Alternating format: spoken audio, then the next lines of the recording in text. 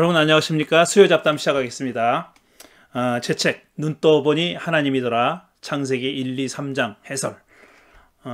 오늘은 제 13장 끝없이 살지 못하게 하자라는 제목이 붙어있는 제 13장을 읽으며 설명하겠습니다. 자, 이제 이 책도 오늘이 이 13장이 본문으로서는 마지막 장이고 마지막으로 닫는 글 하나 남아 있습니다. 이제 선악과를 따먹은 결과 하나님이 어떤 조치를 취했는지 지난주에 말씀드렸죠. 그러면서 딱 이 창세기 3장 21절 요 구절은 따로 설명할 필요가 있다고 말씀드리면서 오늘 이어가겠다고 말씀드렸습니다. 자, 이제 마지막 부분 읽으며 설명해 드리겠습니다. 보아라, 이 사람이 우리 가운데 하나처럼 선과 악을 알게 되었다. 이제 그가 손을 내밀어서 생명나무의 열매까지 따서 먹고 끝없이 살게 하여서는 안 된다. 하나님이 하신 말씀입니다. 하나님이 뱀, 하와, 아담에게 내린 처분은 처벌이라기보다는 결과적으로 이 본문을 쓴 저자 시대의 사람들이 처해 있는 상황이었습니다. 물론 이 상황은 이 텍스트의 저자 시대의 뿐 아니라 지금까지도 이어지고 있는 그런 인간의 어떤 실존적인 상황이라고 말할 수가 있겠죠. 시대에 따라서 모양은 약간씩 달라졌지만 근본적으로는 변하지 않은 우리 인간의 실존적인 상황이라고 말씀할 수 있겠습니다. 뱀은 그때나 지금이나 배로 기어다닙니다. 여자는 산고를 겪으며 가부장제 하에서 살아가고 있습니다. 21세기도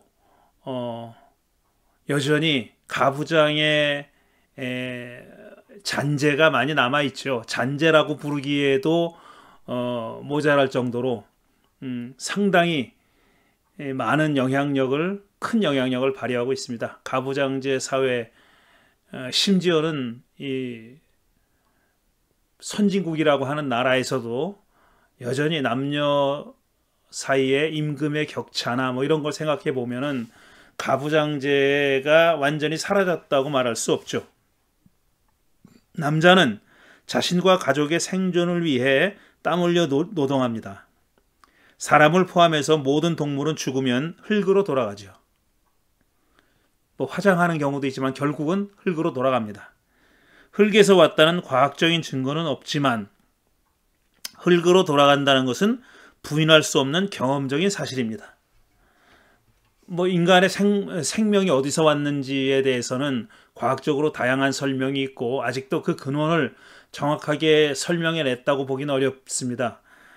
그러니까 사람이 흙에서 왔다고 하는 과학적인 증거는 아직까지 밝혀지지 없지만 흙으로 돌아간다는 것만은 사실이죠. 저자는 이것을 하나님의 명령에 불복종한 데 대한 처벌의 결과로 봤습니다. 이게 자연스러운 결과가 아니라 뭔가 가치 판단이 들어가 있는 그런 것으로 봤다는 겁니다. 하나님의 명령에 복종하지 않은 데 대한 처분이었다고 본 겁니다. 앞에서 만약 선악과 사건이 벌어지지 않았다면 어떻게 됐을지 상상해 봤죠. 선악과 사건이 벌어지지 않았으면 인류의 후손들은 계속 에덴 동산에서 살았을 거 아니에요. 그러면 동산이 얼마나 넓은지 모르지만 금방 포화 상태가 됐을 것이고 그걸 복된 삶이라고 볼 수 있겠냐 하는 거죠. 그걸 복된 상태라고 볼 수는 없겠죠. 다른 동물은 관두더라도 한없이 불안한 사람들 때문에 동산은 포화 상태가 됐겠죠.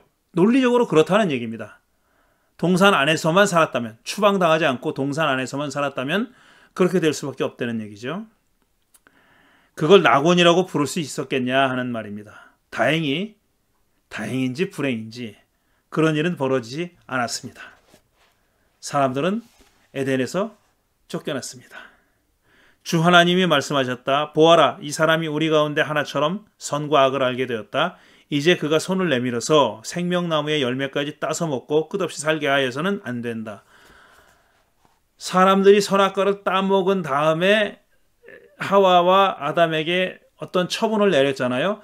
근데 그거는 처분입니다. 벌어진 일에 대한 처분이고 앞으로 그들이 겪어야 할 일인데 하나님으로서는 미연에 방지해야 할 내용이 있었던 거예요.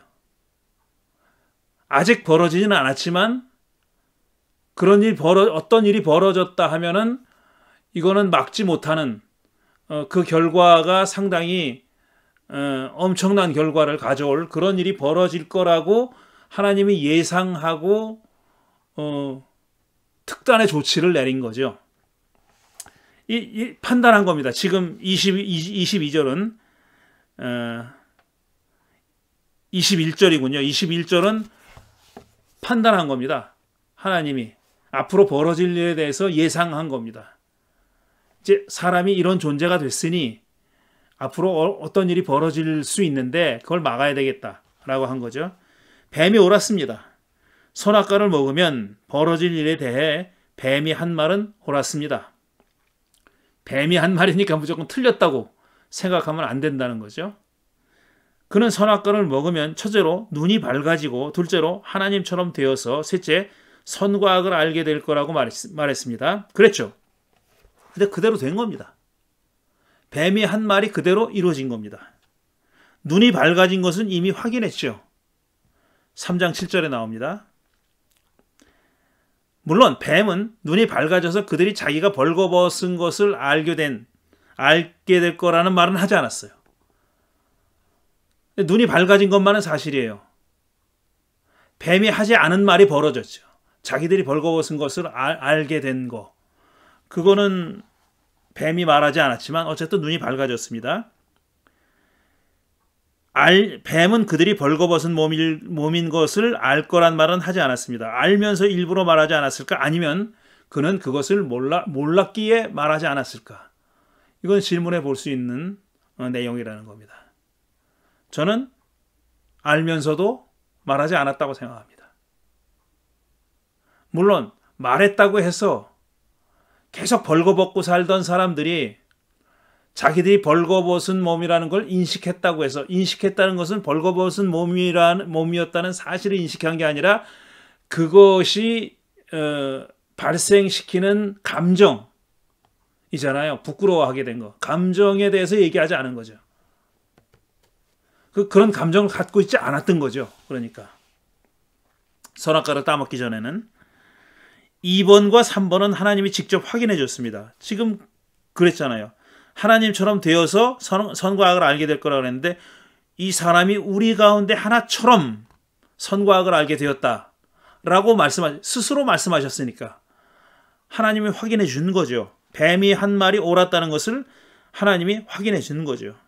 뱀은 거짓말하지 않았습니다. 훗날 그를 악의 화신 사탄으로 둔갑시킨 사람들은 이렇게 뱀이 거짓말하지 않고 진실을 말했다는 점을 어떻게 해결했는지, 그 문제점을 어떻게 해결했는지가 궁금하죠. 사탄은 다 거짓말하는 사람이고 거짓말하는 존재고 악의 화신이잖아요. 근데 지금 얘기한 거는 진실을 얘기한 거예요. 또 뱀이 한 말 그대로 이루어졌고요. 그러니 사탄의 특기는 거짓말하기라고 알려져 있는데 그렇게 다들 생각하는데 이처럼 뱀은 진실을 말했으니 그를 어떻게 거짓말쟁이로 만들 수 있었겠느냐는 겁니다. 이 이야기만 가지고는 거짓말하지 않았습니다. 그건 사실이죠. 자, 그 다음에 뱀은 어떻게 진실을 알았을까? 뱀은 이들이 선악과를 따먹게 되면 이렇게 될 거라는 걸 어떻게 알았느냐는 겁니다. 명령을 받은 당사자도 모르는 진실을 뱀은 어떻게 알았겠느냐 하는 겁니다.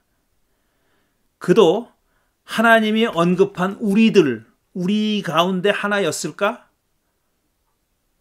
그러니까 하나님의 가까운 곳에서 하나님이 말하고 생각하고 이야기하는 것을 다 알고 있는 그런 우리라고 하는 내 집단 안에 속해 있는 존재였느냐 하는 겁니다. 사탄이 아니라 뱀이 그랬느냐 하는 겁니다. 그래야 알 수 있는 거잖아요.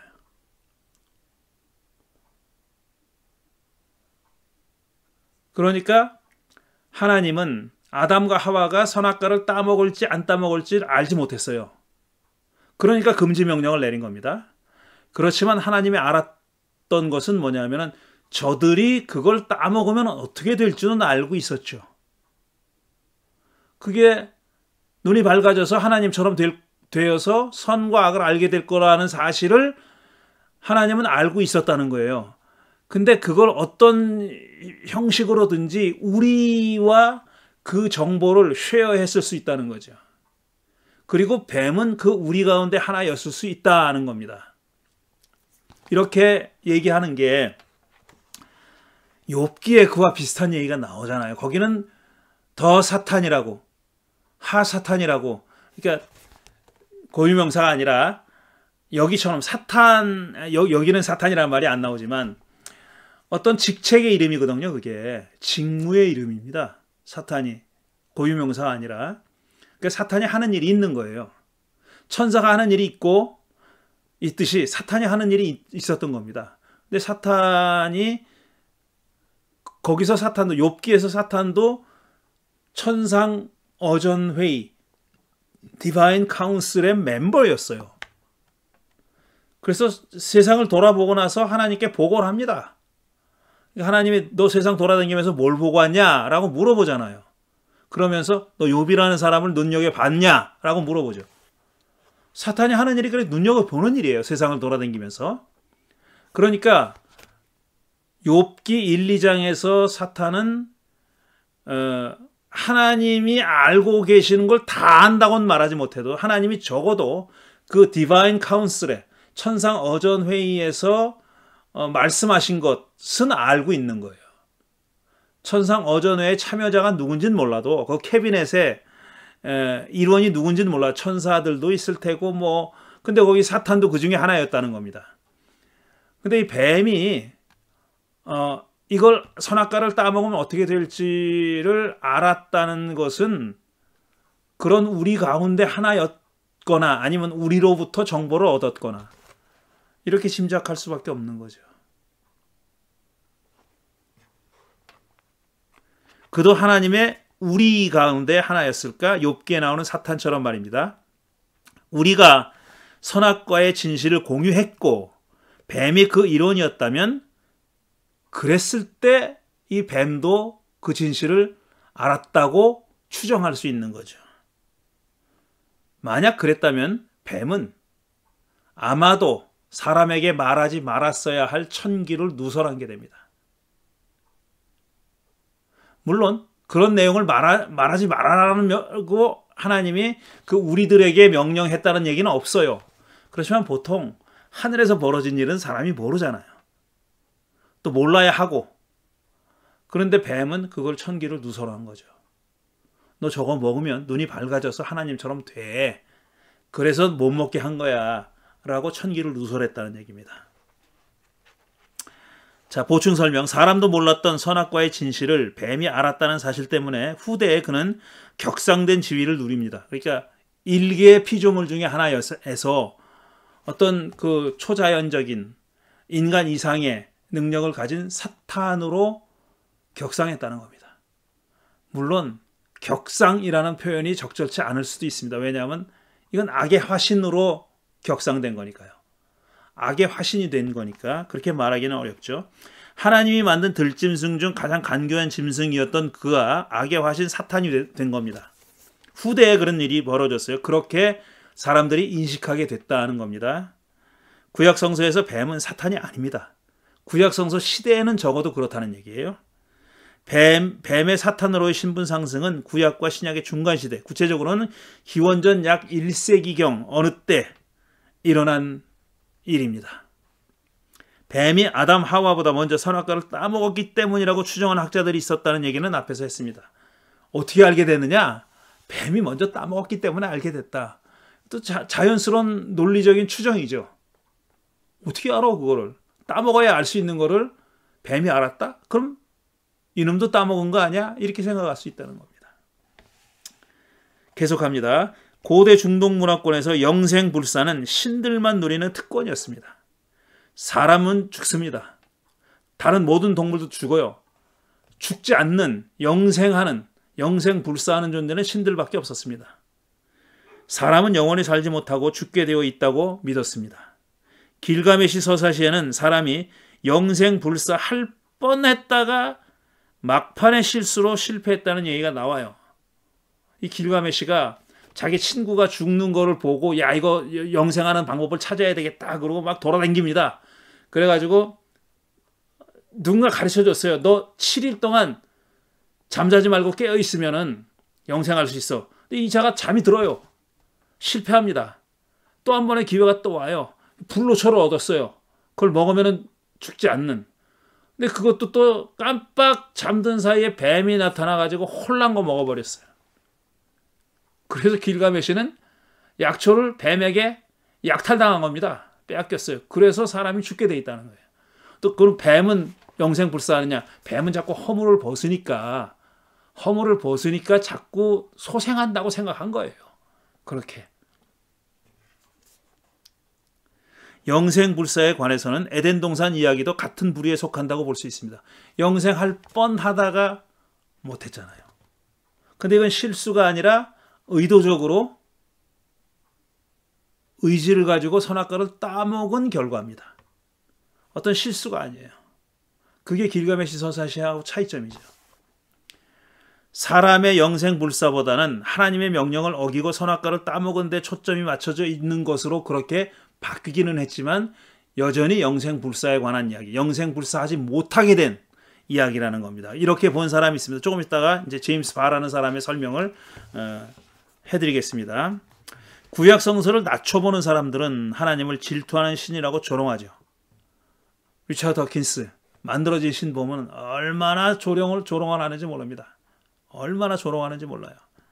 사람이 영생불사하는 걸 시샘에서 허락하지 않았다는 겁니다.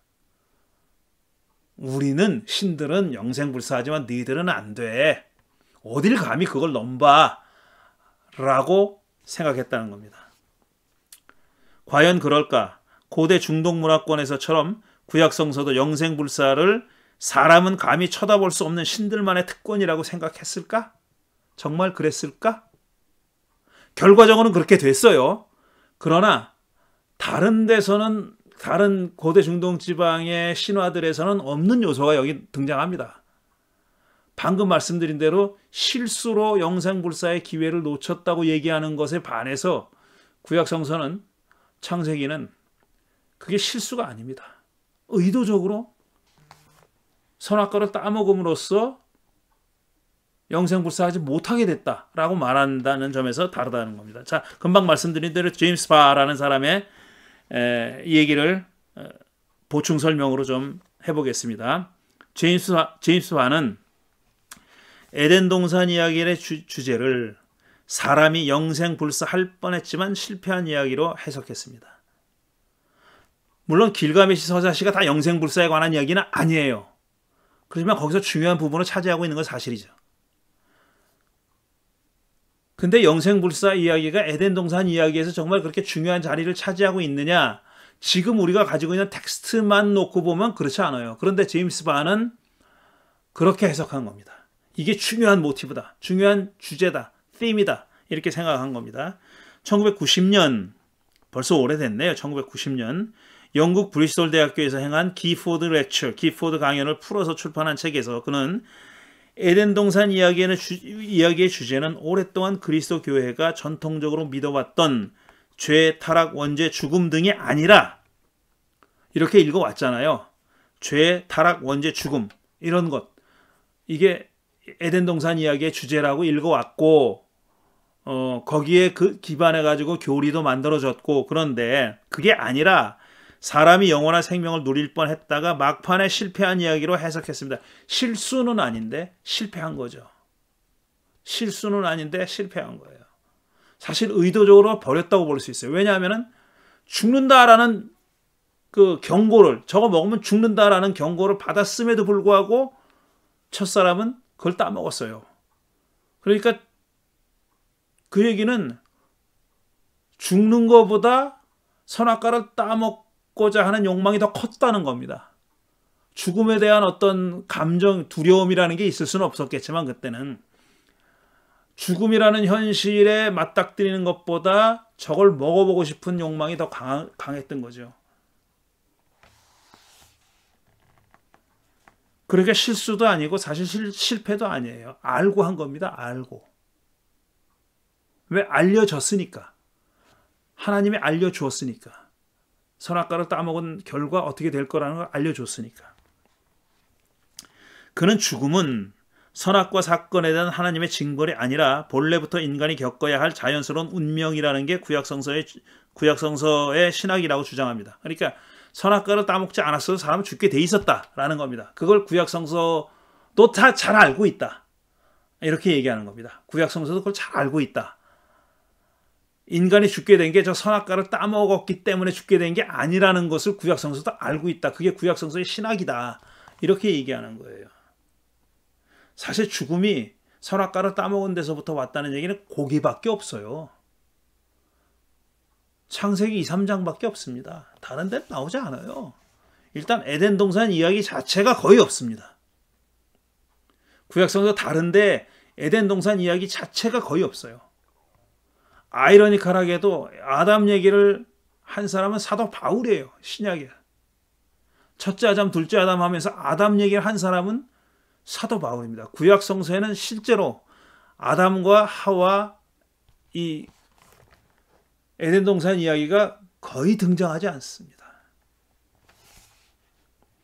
또한 영생불사의 신학과 부활의 신학은 서로 대립하는 신학이라는 전통적인 생각에 대해 그는 그렇지 않다고 주장합니다.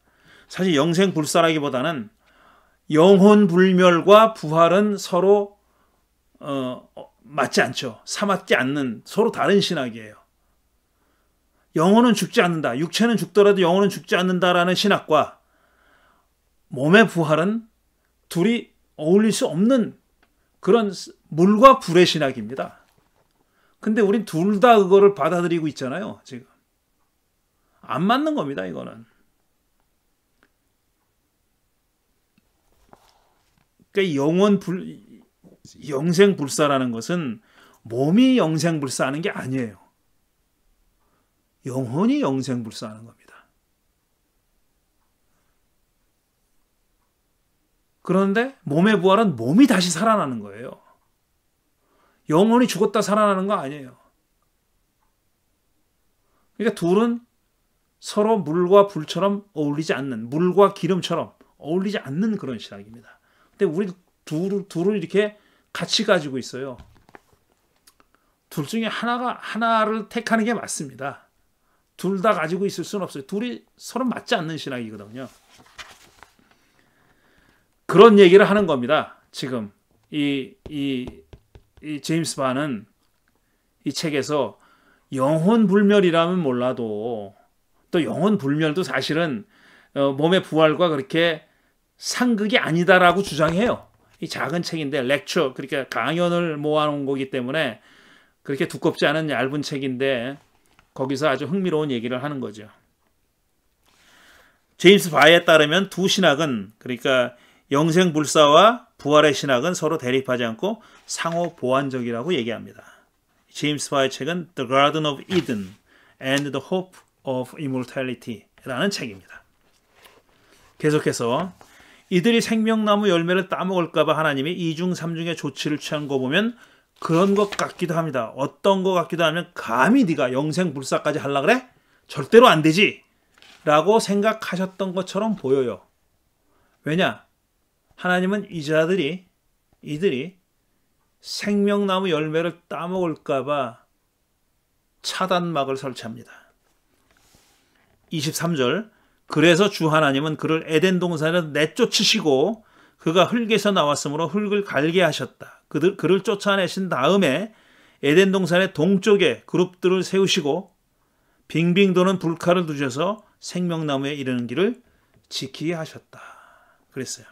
자, 하나님은 이들이 생명나무 열매까지 따먹고 영원히 살게 될까 봐 그들을 첫째 동산에서 쫓아냅니다. 생명나무 열매는 동산의 한가운데 있잖아요. 그러니까 일단 동산에서 쫓아내서 멀어지게 만들어요. 그 다음에 그룹들은 경비병 같은 겁니다. 경비병으로 세워놓았으며 천상이 존재죠. 하나님의 신분원꾼이에요. 그룹들을 군인이면 군사. 경비병으로 세워놨어요. 접근하지 말라고. 그리고 불칼을 두어서 생명나무로 가는 길을 철벽 방어하겠습니다. 라하트 하헤렙이라는 거죠, 이게. 빙빙 도는 불칼. 조성기 작가의 책 제목이잖아요, 이게. 빙빙 도는 불칼을 두어서 생명나무로 가는 길을 철벽 방어했습니다. 절대로 못 가게. 절대로 못 따먹게. 생명나무 열매를 절대로 못 따먹게 이렇게 삼중으로 방어벽을 쳐놓은 겁니다. 이런 조치들을 취한 걸 보면 하나님은 이들이 영원히 사는 것을 원치 않았던 것임에 분명하죠. 그건 확실하게 말할 수 있죠. 저걸 따먹으면 안 된다. 못 따먹게 한 겁니다. 하지만 이것은 절반의 진실이에요. 하나님이 그럼 이 인간들이 영생불사하는 것을 처음부터 그렇게 막았느냐? 절대로 안 되지. 어디 감히 영원히 살라 그래. 처음부터 그랬는가? 그렇지는 않다는 겁니다. 더 기본적인 사실은 하나님이 생명나무를 동산 중앙에 두고 그걸 금지하지 않았다는 사실입니다. 절대로 따먹지 말라고 금지한 유일한 열매는 선악과입니다. 생명나무 열매는 따먹어도 됐어요. 허락된 겁니다. 그 말은 하나님이 저걸 먹고 사람이 영생불사하는 것을 허용했다는 얘기예요. 금지한 것은 선악과 하나입니다. 생명나무 열매는 아담과 하와의 손이 닿는 곳에 있었고 그걸 먹는 게 금지되지도 않았습니다. 마음만 먹으면 언제든지 그 열매를 먹을 수 있었다는 얘기입니다. 만일 사람이 영원히 사는 걸 결단코 원치 않았다면 하나님은 처음부터 달리 행동했어야 했죠. 그것도 먹지 말라 그랬어야 됐죠. 생명나무를 이들 손에 닿지 않는 곳에 놔뒀어야 했고 선악과처럼 절대 먹지 말라고 했어야 했습니다. 하지만 이들이 선악과를 먹은 후로는 상황이 완전히 180도로 달라진 겁니다. 그러니까 생명나무가 금지된 것은 사람들이 선악과를 먹은 다음입니다. 먹기 전에는 허용됐었어요. 근데 먹고 나서는 선악과를 먹은 다음에는 저것까지 따먹으면 안 돼 라고 한 겁니다. 마음대로 먹을 수 있었던 열매를 절대 먹지 못하게 하려고 2중 3중의 조치를 취했으니 상황이 달라진 거 맞죠? 이 변화는 선악과 사건이 초래했던 겁니다. 선악과 사건 때문에 이런 변화가 일어난 겁니다. 이들이 금단의 열매 선악과를 따먹는 바람에 모든 게 달라진 겁니다. 그것만 안 먹었다면 생명나무 열매 먹는 게 문제되지 않았는데 그걸 먹는 바람에 문제가 된 거죠. 둘 다 먹으면 정말 하나님처럼 되겠기 때문에 금지했다는 겁니다. 둘 다 먹으면 정말 하나님 우리처럼 된다. 쟤네들이 둘 다 먹으면 우리처럼 되니까 하나님이 먹었고 저거까지 먹으면 생명나무 열매까지 먹으면 정말 우리처럼 되니까 막아야지 한 겁니다. 하나님은 이들이 정말 하나님처럼 되는 걸 원치 않았다고 볼 수 있어요. 그렇게 볼 수밖에 없습니다. 생명나무 열매든 선악과든 둘 중 하나는 먹어도 그나마 괜찮았지만 그나마예요. 선악과는 금지된 겁니다. 하지만 먹었어요. 그건 벌어진 사건이에요. 이미 끝난 일입니다. 그러니까 그나마 괜찮다 이거예요. 그런데 나머지 하나까지 먹으면 안 된다라는 겁니다. 둘 다 먹는 건 절대로 안 됐습니다. 하나님은 생명나무 열매는 먹지 못하게 했어야 했습니다. 정말 하나님처럼 되는 것을 막아야 했으니까 그렇다는 얘기입니다. 생명나무에 접근하지 못하게 하려고 하나님은 아담과 하와를 에덴 동산에 내쫓았습니다. 그러니까 추방 자체가 어떤 징벌이라기보다는 생명나무 열매를 못 따먹지 못하게 하려고 취해진 조치입니다. 집 나가면 고생이라고 에덴 동산에서 살 때는 동산을 지키며 돌보기만 하면 됐는데 거기서 쫓겨나니 땀 흘리며 땅을 갈아야 했습니다. 저자는 흙을 갈아야 했다고 말할 때마다 이들이 흙에서 왔음을 강조합니다. 흙을 갈아야 했다고 말할 때마다 너의 근원은 거기야. 흙에서 왔어. 라는 말을 강조합니다. 그래서 에덴 동산 이야기의 주제를 흙이라고 주장하는 학자도 있습니다. 흙이다 라고 주장하는 사람도 있습니다. 조금 과도하죠. 그렇죠? 자, 정리해 보겠습니다. 선악과 사건이 초래한 변화는 다음에 6가지로 정리할 수 있습니다. 첫째, 그들의 눈이 밝아져서 벌거벗은 걸 부끄러워하게 됐고 하나님을 두려워하게 됐습니다. 숨었죠. 그래서 하나님의 낯을 피해 나무 사이에 숨었습니다. 세 번째로 벌어진 일에 대해 상대방을 핑계대며 발뺌하려고 했습니다. 얘 때문이에요. 얘 때문이에요. 네 번째, 하나님처럼 선악을 알게 됐습니다. 이거는 끝난 일입니다. 선악과를 먹었으니까 이제 선악을 알게 된 겁니다. 돌이킬 수가 없어요. 알게 된 거예요. 지울 수 없어요. 다섯 번째, 생명나무 열매를 먹는 게 금지됐습니다. 여섯 번째, 에덴 동산을 쫓겨났습니다. 이 6가지 변화가 일어난 거죠. 필자는 이 변화를 총칭하여 관계에 있어서의 변화라고 봅니다. 이 이야기는 닫는 글에서 다시 자세하게 얘기해 보겠습니다. 이렇게 아담과 하와는 에덴 동산에서의 삶의 종지부를 찍고 동산 바깥 찬바람 부는 한 대로 나왔습니다. 집 떠나면 고생입니다. 거기서 아담은 가시덤불과 엉겅퀴에 방해를 받아가면서 땅을 갈아서 먹을거리를 마련해야 했고 하와는 산고 끝에 자식을 낳아야 했습니다. 이들은 가족이라고 하는 가장 기본적인 인간 집단 안에서 울고 웃고 기쁨과 아픔을 경험하며 살아가게 된 겁니다. 그의 후손들이 다 그렇게 된 겁니다. 가장 기본적인 공동체인 가족 안에서 정말 희노애락을 겪으면서 사랑하고 미워하고 질투하고 덮어주고 이런 삶을 살게 된 거죠. 이후에 바깥 세상에서 벌어진 일들을 생각해 보십시오. 아들들 사이에서 죽고 죽이는 살인이 벌어집니다. 가인과 아벨. 이 밖에도 간음, 강간, 살인, 속임수 등의 사건들이 이어졌습니다. 좋은 일보다 나쁜 일이 계속 벌어집니다. 그 다음에 벌어지는 일들, 기록된 일들을 보면은요. 아담과 하와는 일부 일처였지만 나중에는 일부 다처가 흔해졌고 이로 인한 갈등으로 가슴 아픈 사연들이 많이 만들어졌습니다. 이른바 이스라엘의 조상들을 아브라함, 이삭, 야곱, 요셉 그들에게도 그런 일이 벌어졌죠. 어두운 그늘이 인간사에 드리워졌습니다. 그럼에도 불구하고 더 나은 세상을 향한 인간의 노력은 끊이지 않았습니다. 그 이야기가 계속 펼쳐집니다. 그 이후에 인간이 만들어낸 다양한 공동체는 많은 문제점에도 불구하고 유지되어 왔고 지금도 유지되고 있습니다. 시대에 따라 모습도 달라지고 성격도 달라졌지만 다양한 공동체들은 자신들이 누군지를 지치지 않고 묻는 사람들에 의해 계속해서 진화해 왔습니다. 나는 누군가? 우리는 누군가? 우리는 왜 여기 있는가? 우리는 무엇을 위해 사는가? 이런 근본적인 삶의 질문, 철학적인 질문을 계속 묻고 대답을 찾아가면서 아직까지 굴러왔습니다. 개인 실존도 그렇지만 공동체의 어떤 실존도 마찬가지입니다. 그렇게 진화해 왔죠. 뱀은 어떻게 됐을까? 뱀은 한동안 등장하지 않습니다.